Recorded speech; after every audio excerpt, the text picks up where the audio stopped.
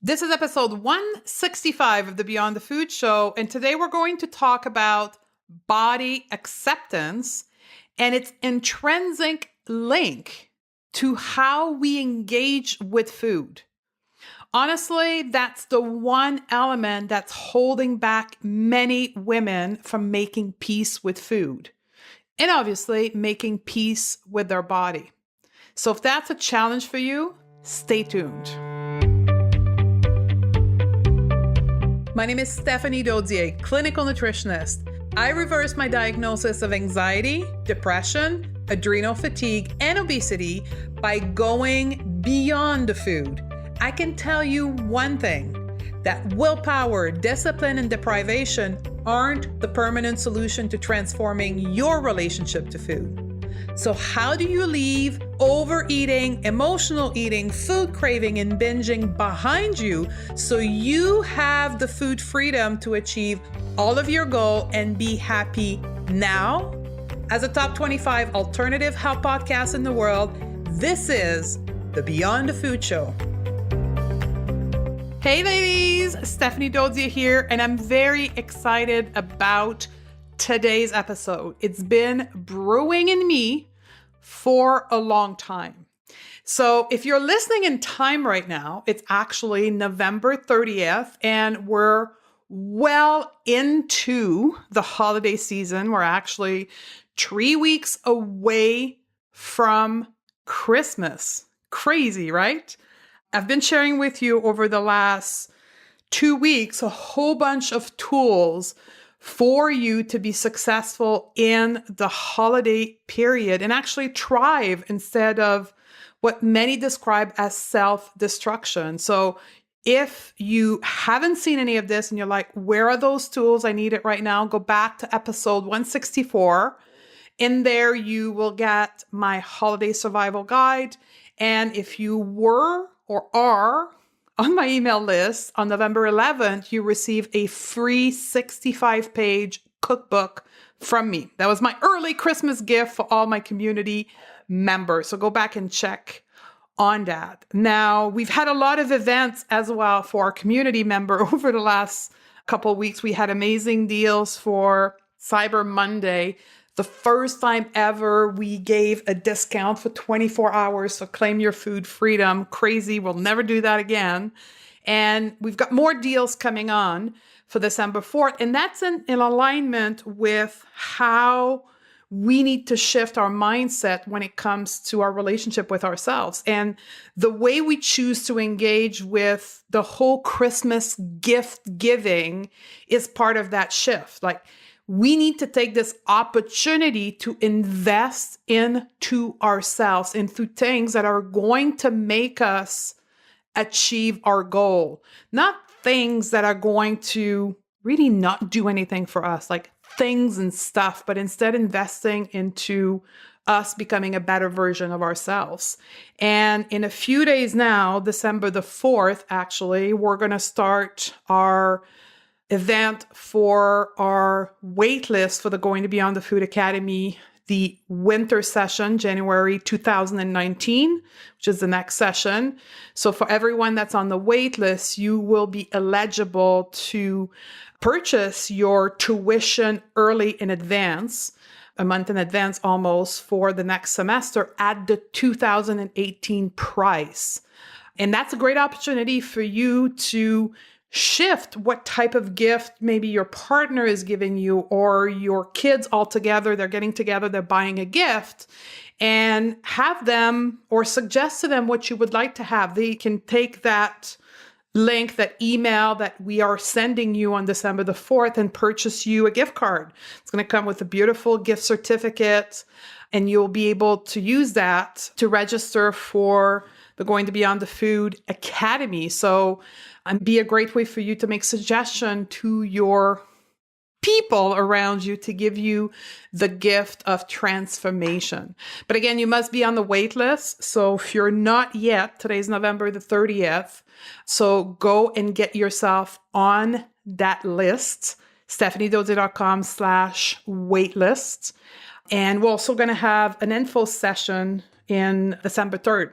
So the day before we launch this opportunity to register early for the Going to Beyond the Food Academy on December the 3rd, 9 p.m. EST. If you have an interest of the Academy, you want to hear more, get yourself again on the wait list, and we'll have a info session that night that we'll record and send to our waitlist people so they know more about the Academy. So that's the opportunity for you to start engaging in the day-to-day life, the holiday period, in a different way that will lead you to where you want to go, and giving yourself the gift of knowledge, of education, instead of just stuff. So now, over the next couple of weeks here, right, for the month of December, we're going to imagine that today's December, close enough. We're going to focus on how we are needing to transform the way we engage with food and body to finally make peace.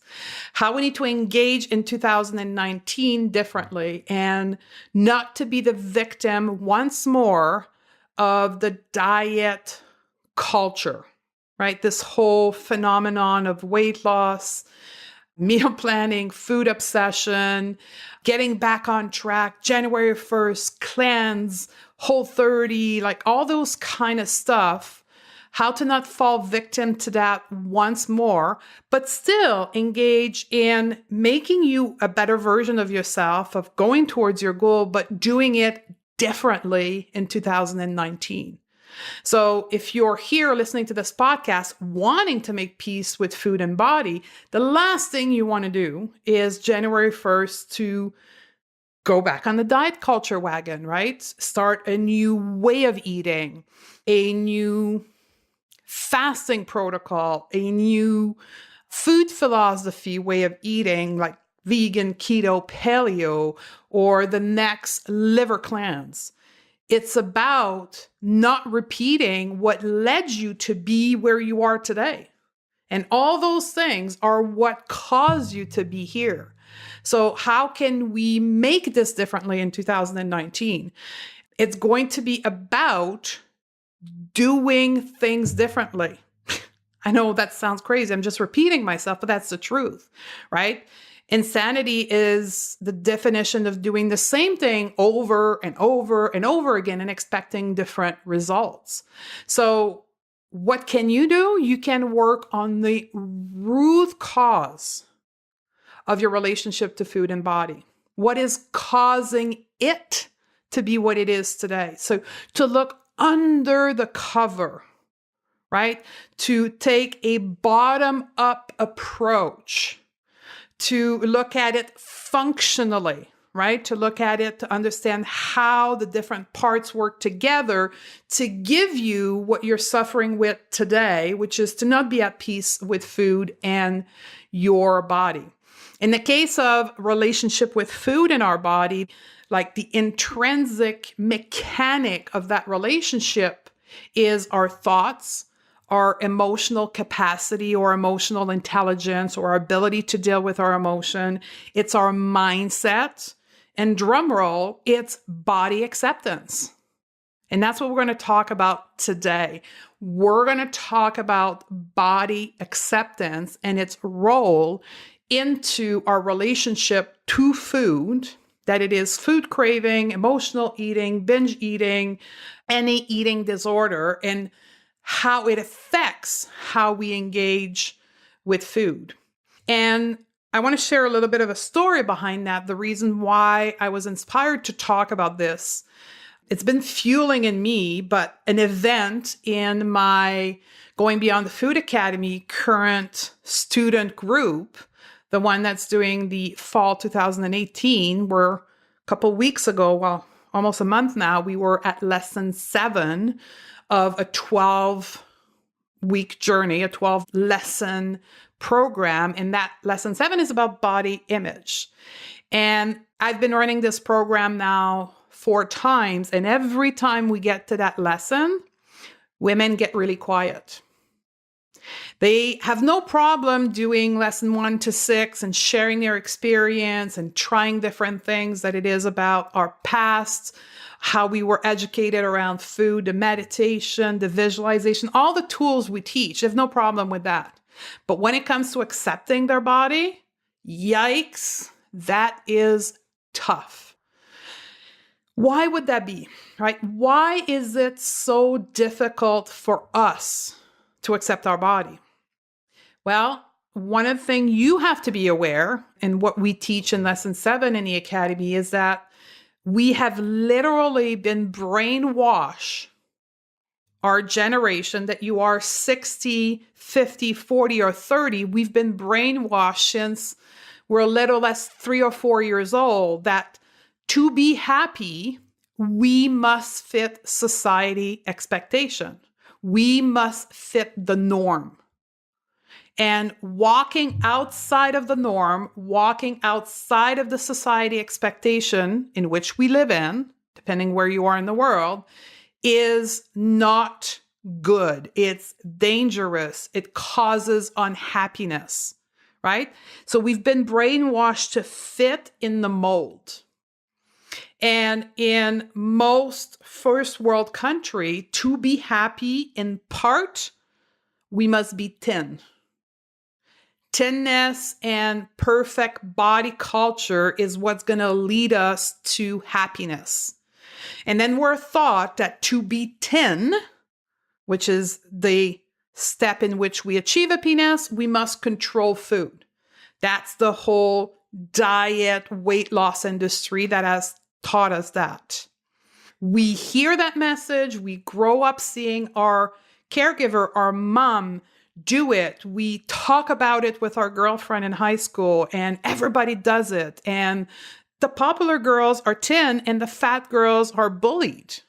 We get to the workplace later on, and all that the girls talk about around the water cooler is what? The next weight loss challenge or the fitness challenge that we're going to do as a team in the work, or that we're going to the gym together. We today see it all over social media, right? The perfect image on Instagram or the unrealistic goals in Facebook, the food obsessiveness in all the social media, right? That it is like the different food philosophy, keto, paleo, organic, vegan, like exercise obsessiveness, right? Going to the gym 6 days a week for 2 hours a day. I just read a post this morning of this girl, this major big influencer. Like she had like 500,000 influencer, and she was celebrating that today she was at the gym for 2 hours, and it was so liberating to do that. This is what we are hearing all the time, girls. So the way you think about your body and your expectation around your body is molded, is framed around all those messages that are coming to you. That's what we call the diet culture. And unless you take a responsible approach to your own body, that you are conscious about how you're engaging with your body, you will simply be a victim of the diet culture. And that will result in you not accepting your body, because that's what the diet culture want you to not accept your body. So you engage in all those system and all those industry around thinness, and you're going to fit the mold. So it's not going to happen naturally. Don't wait for the moment where, boo, all of a sudden you're going to accept your body.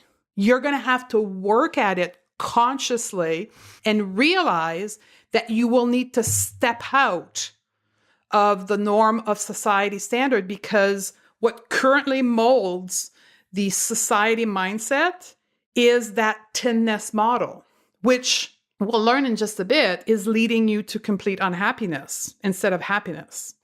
So let's dive into, I like to do things logically. So let's define body acceptance first. Body acceptance is accepting one's body, regardless of not being completely satisfied with all aspect of it. Accepting one body, regardless of not being completely satisfied with it. Body image is how we see, think, feel, and behave as a result of our body image perception. So how we see our body based on the brainwashing we've had, how we think about our body based on the brainwashing we've had, how we feel about our body based on the standard, the brainwashing we had, and ultimately is how we behave towards our body based on our body image perception. Now, in the Going to Beyond the Food method, we teach you a technique called body neutrality in a way to accept your body. Now, body neutrality is that safe bridge between body shaming, which is the hate or the despise of your body. And then on the other hand of the spectrum, there's body positivity, which is about loving your body no matter what condition, state it is in. Body neutrality is the gap between the two.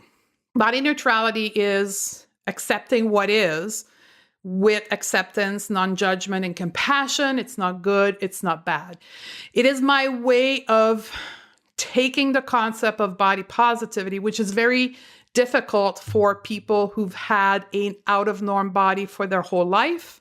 It's too much of a gap. So I looked at it as a clinical application of accepting our body through the concept of body neutrality.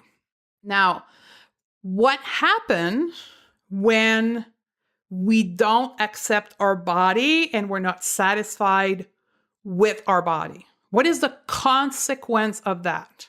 And that is the key here to understand the role of body acceptance in your relationship to food, right? And I want to caveat and take a side note to say, acceptance of your body is not just for large and fat body. It's for underweight body. It's for people that are normal, quote, weight, like whatever is defined as normal weight, but they think that their thigh is too big or they have too much cellulite or, I don't know, they have too much loose skin, right? We see that very often with people who lose weight, yet they're at the weight where they want and they still don't like their body because they have too much loose skin, right? There's always a reason why. So body acceptance is irrelevant of the weight. It's about accepting your body as is. The first consequence of non-acceptance of your body is lower self-esteem.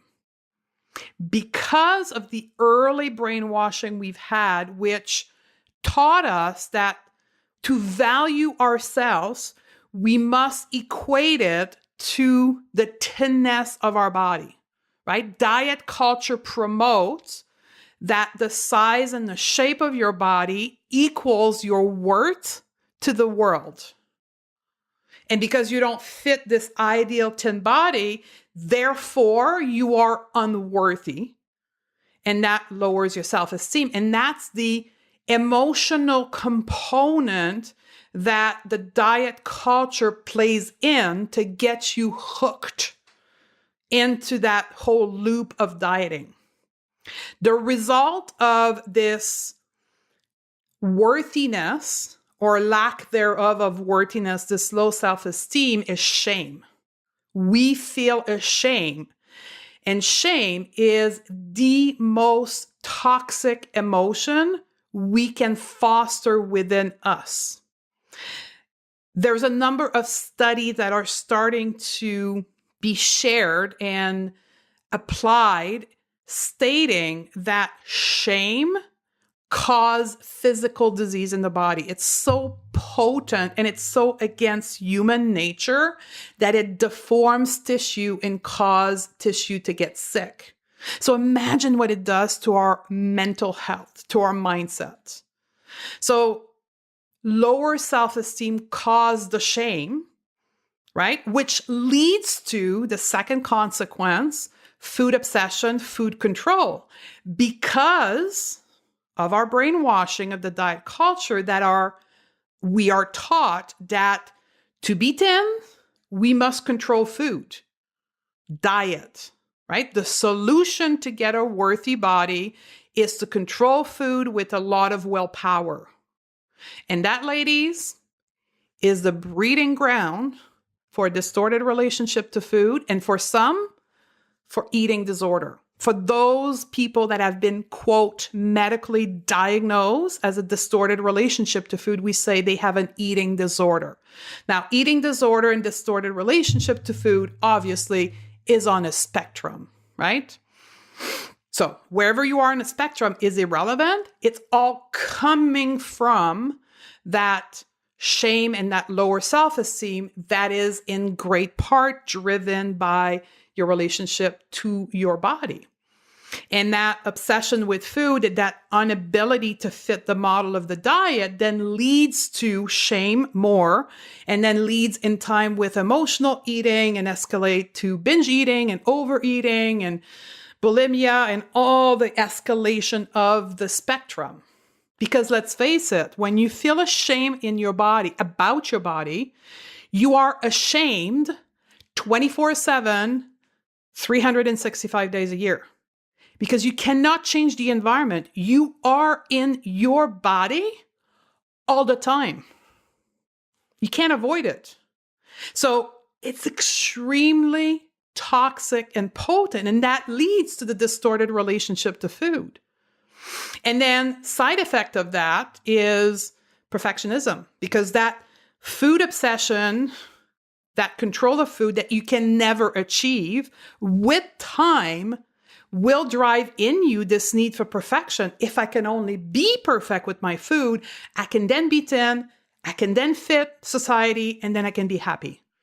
And then diet culture promotes this perfectionism and drives the whole fear of failure, depression, and anxiety that we have in our relationship to food and body. And then last, but not the least, this whole drama around our body, non-acceptance of it, that leads to food, that leads to depression, fear of failure, and so forth, drives hormonal disruption. For all of you listening that are practitioners, listen very carefully. You may have diagnosed yourself as a disrupted cortisol pattern, right? A non-pattern, like a healthy pattern of production of cortisol, or you may have diagnosed your clients or your patient with that. How much of that is due to their relationship to their body and the constant shame, guilt that they're in because their body is not fitting the mold of thinness, therefore they don't accept it? I want to take a pause here for you to really think about that, because it's very important, not only for the practitioner, but for you out there who, quote, look for stress management. Well, guess what? Part of stress management is accepting your body. Now, that's the loop. That's how body acceptance is a major factor in healing your relationship to food. This is why I'm making this statement today. You will not successfully change your relationship to food without first accepting your body.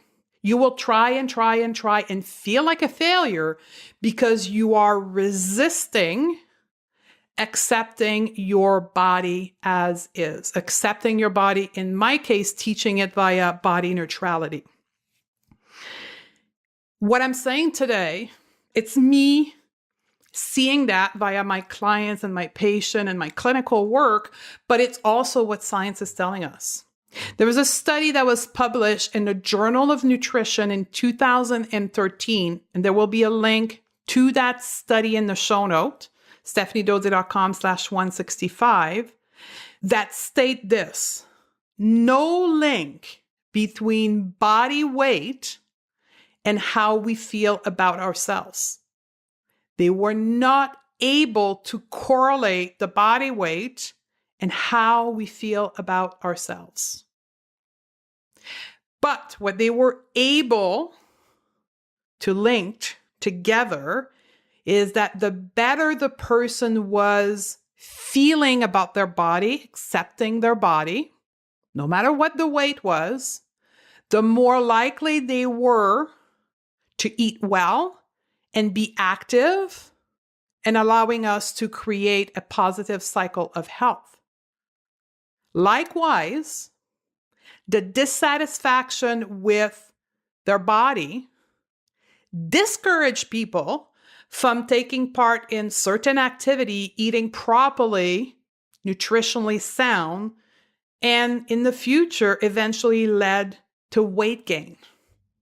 That's exactly what I just spent the last 25 minutes explaining to you, demonstrated by science. So if you're still resisting right now inside of you, and I can think of one of my one-on-one client right now, you know who you are, still resisting accepting your body, know that until you accept it, you will not change that relationship to food. And that's for everyone listening as well. That was my own experience, right? I learned about emotional eating. I went for training, read books, did all this intellectual stuff, understand the whole mechanism, but I was resisting accepting my body. And until I engaged myself into doing that work, that's when the binging, I was on that level of spectrum for me, started to go away. Not until I started to engage with my body differently. So I want you to ask yourself a question right now and be really honest with yourself. Nobody else is listening. How much suffering right now or in the past have you experienced because of your body image perception? How much pain, how much shame have you experienced? Here's another stat or another science fact about shame. Yes, it will impact your relationship to food, but it will also, science has demonstrated, impacting your immune system, impacting your hormonal system, impacting your stress level, depression, and all of that stuff. So if you're out there suffering from an autoimmune condition and you are at the same time struggling with a body image, know that the two are linked. I know that's a powerful statement, but it is, because they're both centered around shame. The cool thing right now is that you have a choice. You have a choice right now. It's a mind stuff. You have the choice to not suffer. You impose it to yourself to suffer and to feel shame. Isn't it empowering? Take a deep breath right now. You have a choice. You have a choice to stop the suffering. You have a choice to stop the feeling of shame by accepting your body. It's a choice. A choice is the ultimate empowering action you can do, is to make a different choice. You can end this whole cycle. So if you're ready to make that choice right now to accept your body and you're like, where do I begin? Right? How do I learn to accept my body? It's not going to be done in one sharp moment. It's a process, right? So I'm going to give you 3 things that you can do and start doing right now that won't cost you anything to help you start accepting your body. Number 1, use the time and energy that you were spending or that you're currently spending worrying about food, calories, and weight to do something else, to learn different concepts, to create an environment of self-improvement, to commit to a different approach in 2019, right? Instead of worrying about which meal plan you're going to follow, worry about what you're going to do to learn about body acceptance, to learn about your emotion, about your thoughts, your relationship to food. Second thing you can do right now, surround yourself with like-minded women. Clean up your social media feed that foster an environment of thinness, of non-acceptance of body, of food obsession, all that stuff. Clean that up and find another community, other like-minded women that are aiming towards body acceptance. Third thing you can do. This one is actually a physical action. I want you to start looking at yourself in the mirror as a whole person. Instead of going in front of the mirror and focusing on your problem area, your tummy, your thigh, your arm, your double chin, I want you to step back and see yourself as a whole person and start fostering gratefulness. That's how we teach it in the model of body neutrality. But simple, find gratefulness for your body and what it does for you. So 3 things, I'm going to repeat them again.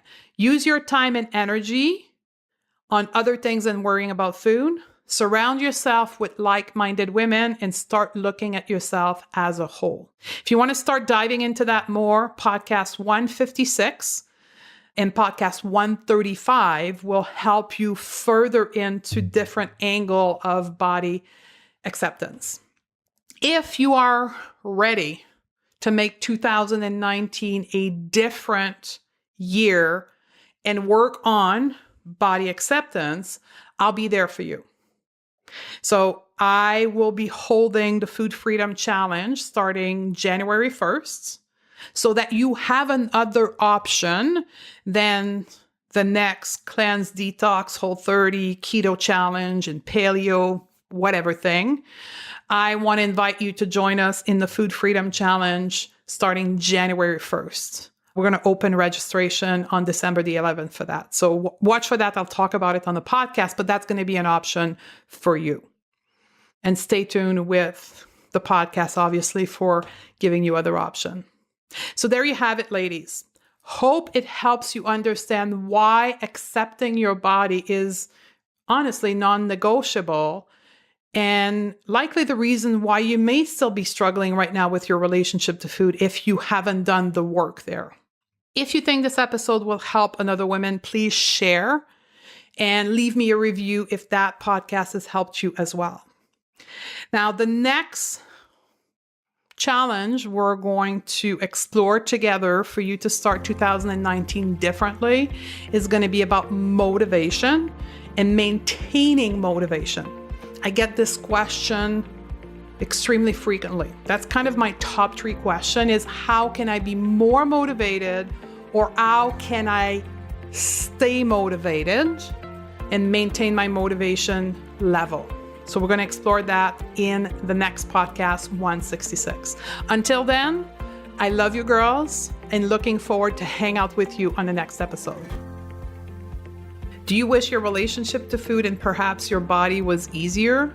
Do you wish you could make peace with food and your body? Most women will describe this state of being as having food freedom. And likely you've tried potentially everything to get there, and you are certain that something is seriously wrong with you. Maybe you're thinking that more restriction has to be the solution. I get it, and trust me, I've been there too for almost 27 years. You see, what most struggling women never ever realize is that how you engage with food in your body has little to do with food itself. Sadly, most women rely on outdated strategy like restriction and willpower and discipline as their solution. Things like the black and white mindset, the diet pills, the cheat day to control their urges. But you and I know that has nothing to do with food freedom. So that's why I want to share with you the assessment that I use in my clinic with my one-on-one client to identify what is holding them back from food freedom. And quite frankly, it's different from anything you've done before.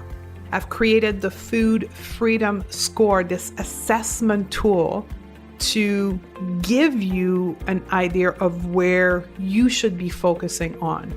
During this quiz, I'm going to take you through 10 simple yes or no questions that will allow you to assess the sticky point with your relationship with food and your body. Plus, I'll coach you at the end on specific steps you need to take to move forward to get your food freedom. So if you're ready to step into a new version of yourself and create a new relationship with food and your body, head over to stephaniedodier.com/quiz, and I'll see you on the other side.